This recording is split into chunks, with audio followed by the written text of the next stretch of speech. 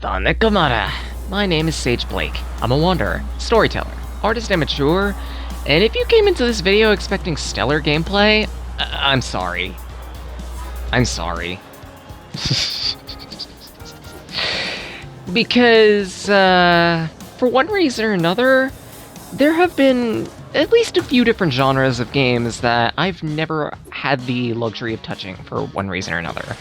Either because it never interested me growing up, or I never had a source or means of sampling them, or I could just never find them, period. Super Mega Baseball 3 is one of those is a part of one of those genres. Sports games. Growing up, I have never played a sports game in my life. Zero. Nothing Madden. Is it nothing Madden? Nothing Tony Hawk. Nothing... friggin' golf. The only exposure I ever got, actually, is Wii Sports. And even then, I consider that as a drastic outlier and everything. But even then, I have never, in my life, played a proper sports game. This is the first. And I am sad to say, I absolutely suck at them. Just, Super Mega Baseball is a very well-known series of baseball simulator games. You can play through a lot of different teams, you can play with a lot of different teams, play through a lot of different fields. This third game actually has a campaign mode, where you can actually grow your players, grow your own fantasy team, and play games, kind of like Super Hang-On's career mode, actually. Kind of, if you know what I'm talking about there. But anyway, this video is going to have two different playthroughs in it. The first of which is going to be longer than the second, specifically because a whole bunch of tutorial messages, and because it's my first game. The other one because, for several reasons, it was interesting, and hey, why not? Whenever you're starting out with a typical pennant game like this, you get to pick a team. There are multiple to choose from, but since this is the demo, you only get two. You have the Beewolves, which are absolutely balanced across the board, and the Sirloins, which are heavy hitters, but are absolutely terrible with fielding. Of course, I say that, but this game also has adjustable CPU difficulty, called Ego. Essentially, the higher your ego is, the better your team's stats are, but also the more vicious your opponent will be as well. As a result, it can lead to some very tense and charged games, especially when your ego happens to be around 40.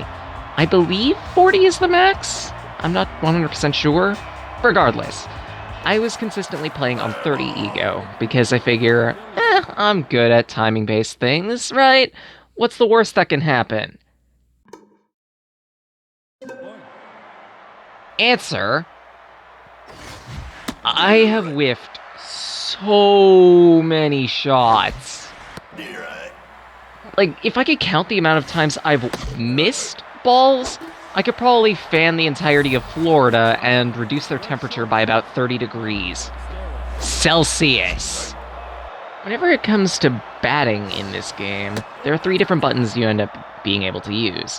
One button is a typical swing, fast to come out, but no power behind it. There's a charged swing, where you hold the button down and release it with good timing, to aim for the fences, as it were, and get yourself a home run, maybe, or some more bases. But it's also a little less accurate the longer you charge it, and if you overcharge it, then you're pretty much guaranteed to miss. And your third button, you hold it down and you can bunt. But be warned, this game actually does tell you this during its tutorials, and you will see all those tutorial messages during this first game here, or most of them at least. If you bunt and it gets caught, it immediately results in an out. If you bunt and fail it, it's a strike right off the bat. So bunting ends up being very high risk, but depending on the situations, it could be rewarding. If you have a good hitter coming up, then it might be a good idea to bunt. Just saying. But here we get into the flip side of the coin, pitching. With the right stick, or whatever you have assigned to toggling between pitches, you can change the types of pitches that your pitcher can perform. Each and every character in this game has their own style of pitching, which means they have their own stats for pitching, their own different types of pitches that they could throw, and their own stamina for how long they can last pitching in the first place. If their stamina drops to be too low, and it will during a match, you can sub them out at any time for a reserve pitcher, or whatever's good enough, at least. Again, every pitcher has their own types of junk that they can throw, and it might be good to switch out some of your other characters for ones that you have on the bench or in the bullpen, just in case. I have noticed something while playing this game, though. For whatever reason, it is absurdly easy to pitch a perfect game. It's absurdly difficult to actually bat, and not just bat, but also connect hits. The game does assist you in that respect by pointing you in the right direction whenever the ball is headed your way, but even then, if you're not in the general area at outset, chances are unlikely that you're going to hit it. At that, I, for this first game at least, had a bit of trouble trying to pitch from base to base. See, on a controller, normally, your buttons are essentially where your bases are. So the A button for an Xbox controller is home plate, B button is first base, etc., etc. Remember, I'm using a PlayStation 4 controller, and converting it using DS4. Because for whatever reason, this game just does not register a PS4 controller. Thanks! Some of us don't exactly have gamepads. But I digress. Whenever you're pitching to bases or fieldmen, then you have to hold the button down and release with good timing. Essentially, holding the button down will add power to the shot, but if you hold it down too long, then you'll actually cut down on your accuracy. If you hold it down too much, then your ball will completely miss its target and be generally easy for anyone to pick up extra runs off of. Similar aspects work for both pitching and hitting. For pitching, you have to manually guide your cursor into the approximation while you're confirming your pitch. If you don't, then you'll wildly miss the mark, and it makes it easier for the pitch to be hit by the opponent, or generally not even go into the strike zone in the first place. Conversely, with hitting, the circle representing the area where you're supposed to be hitting the ball, you know, where your bat's supposed to swing anyway, needs to be guided approximately to where the ball is. Otherwise, when you swing, it's guaranteed a miss, it's guaranteed a strike.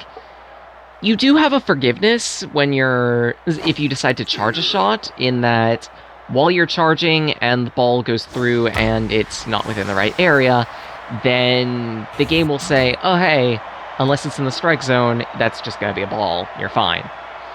You can also bean players with the ball while you're pitching too. If you think someone might be a really good hitter, it might be advantageous for you to force them onto a plate and then strike out the next people at bat. But that also has its own risk in that it's another person on base. And, well, again, this game is a baseball simulator, and a fairly detailed one at that. The longer the game goes out, the more people are on bases, the more the pressure will increase. Having high pressure means that it's easy for your players to lose mojo, essentially their morale, and if it drops to be too much, then their stats take a hit. Similarly, by performing really well in a game, their mojo may increase, and they'll perform even better. Individual characters may also have skills.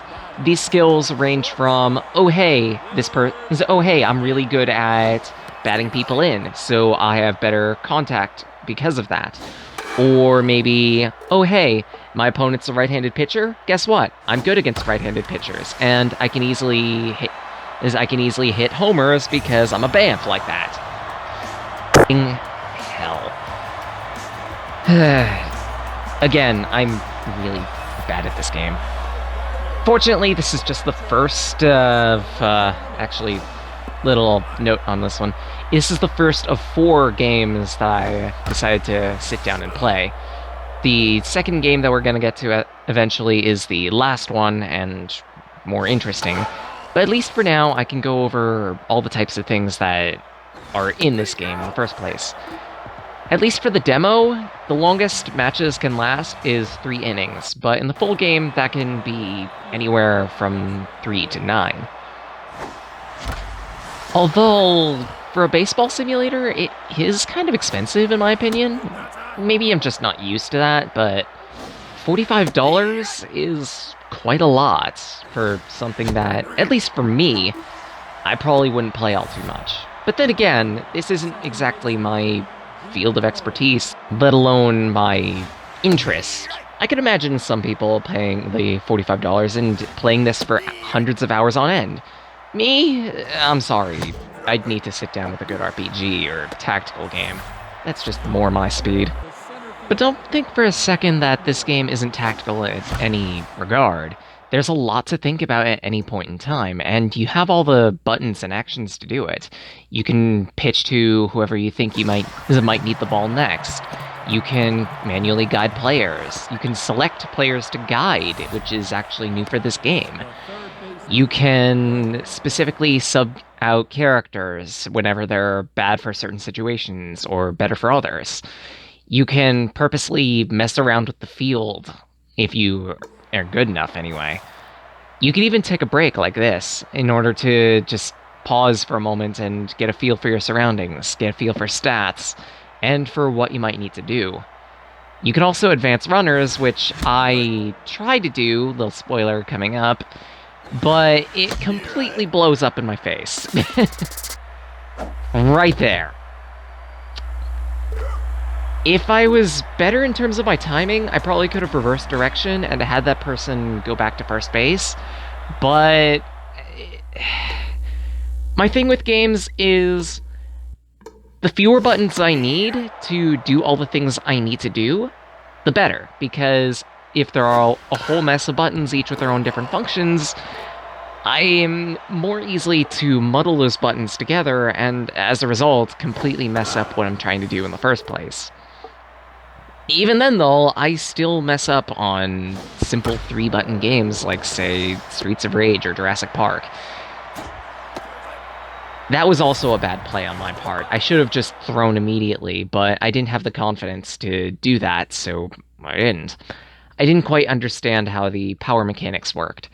Yeah, the tutorial message went by, but honestly, I've been so conditioned that I barely read the thing. That's my fault. That's just how I grew up. I had to learn how to play a game by actually playing the game as opposed to reading a message on screen. It happens when you grow up with a Genesis. But anyways, back to baseball. You could purposely throw balls to pitchers to try and force them to either bunt poorly or potentially pick off runners at the other bases. I kind of practiced that here, but I gave up after a while, specifically because, well, this is a CPU opponent. What's the best that they can do? Are they really actually going to try and bait me? Bruh.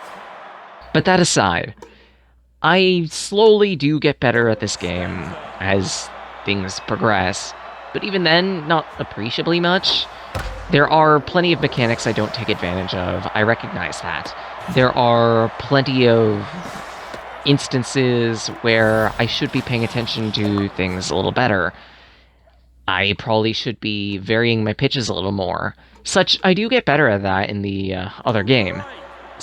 When it comes down to that, I'll likely edit it down into smash cuts, as opposed to just a straight game like this.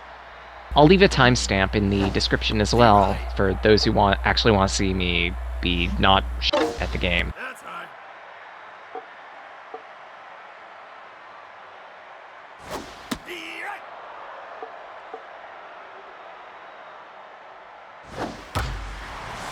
And hastening right here, because I was muddling with the menus a lot. For whatever reason, I muddled X and Y here. where one button is meant to just swap out one character, and the other is meant for a double switch. Essentially, you're swapping out 2 units with 2 that are in the bullpen. My apologies on that one. I usually am better at the whole buttons thing, but not for this game.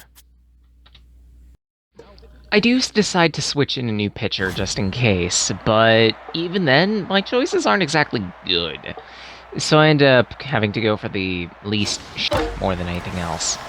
Bright side though, I immediately get an out. And immediately foul a pitch to home. Because of course I do. But hey, this is my first game. I wasn't expecting to do well, honestly. Though, I was expecting to do better than I did. I mean, I didn't even get a single run. Little spoiler there.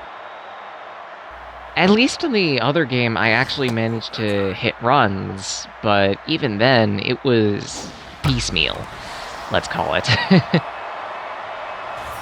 There are dedicated buttons to have your characters dive at a ball that are hit to them, or otherwise try to scale the fencing in order to prevent a homer. But even then, I didn't know about it at this point, so I couldn't exactly take advantage of it. And at that, I kind of only learned about it late into the 4th game for one reason or another. Like, I feel like if the game is going to give you tutorial messages to introduce you to all the mechanics, just throw me all the mechanics one at a time, with rapid-fire tutorial messages. It's annoying, sure, but it's better than having to play multiple games in order to learn everything. Just saying. Maybe that's just me and how I learn, but I need to actually have a more hands-on tutorial than just a text on screen. But hey, bright side, I do try bunting here. Unsuccessfully. But hey, what can you do? I gave it a shot, that's the best that can happen. I'd also like to mention that there are several points in this game where I swing too early, and that's specifically because, for whatever reason, I didn't recognize that the hard swing and the soft swing were 2 separate buttons. I really didn't pay attention to those text boxes. I'm sorry, just, it's text on a screen. How are you supposed to pay attention to that? But, that aside, this game is a very, very complicated sports game, and with that said, here's me actually trying. Enjoy.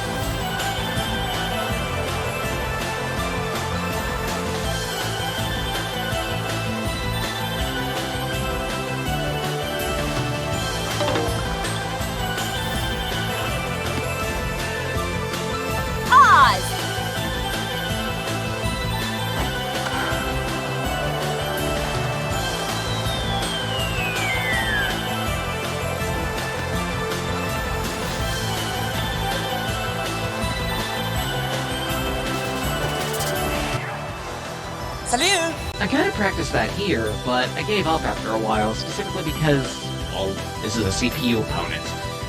What's the best that they can do? Are they really actually going to try and bait me? Bruh.